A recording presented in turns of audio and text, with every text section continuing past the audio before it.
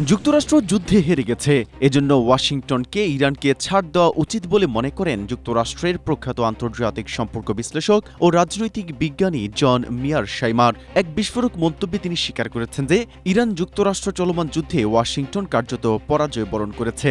তিনি স্পষ্ট করে বলেছেন, বাস্তবে আমরা এই যুদ্ধে হেরে গেছি এবং সম্মানজনকভাবে এই পরিস্থিতি থেকে বেরিয়ে আসতে হলে আমাদের অবশ্যই ইরানকে কিছু গুরুত্বপূর্ণ ছাড় দিতে হবে।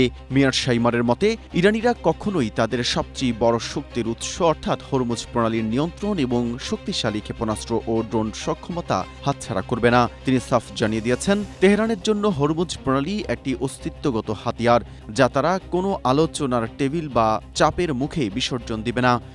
স্ট্রবেরি সুপার ডটেড ও ক্লাসিক ভ্যারিয়েন্টে সেন্সেশন জাগুক শিহরণ। বিশ্ব বরেণ্য এই বিশ্লেষক সতর্ক করে দিয়ে বলেন, জয়ের বৃথা আশা না করে ওয়াশিংটনের উচিত বাস্তবতাকে মেনে নেওয়া এবং চূড়ান্ত বিপর্যয় এড়াতে কূটনৈতিকভাবে ছাড় দেওয়ার নীতি গ্রহণ করা।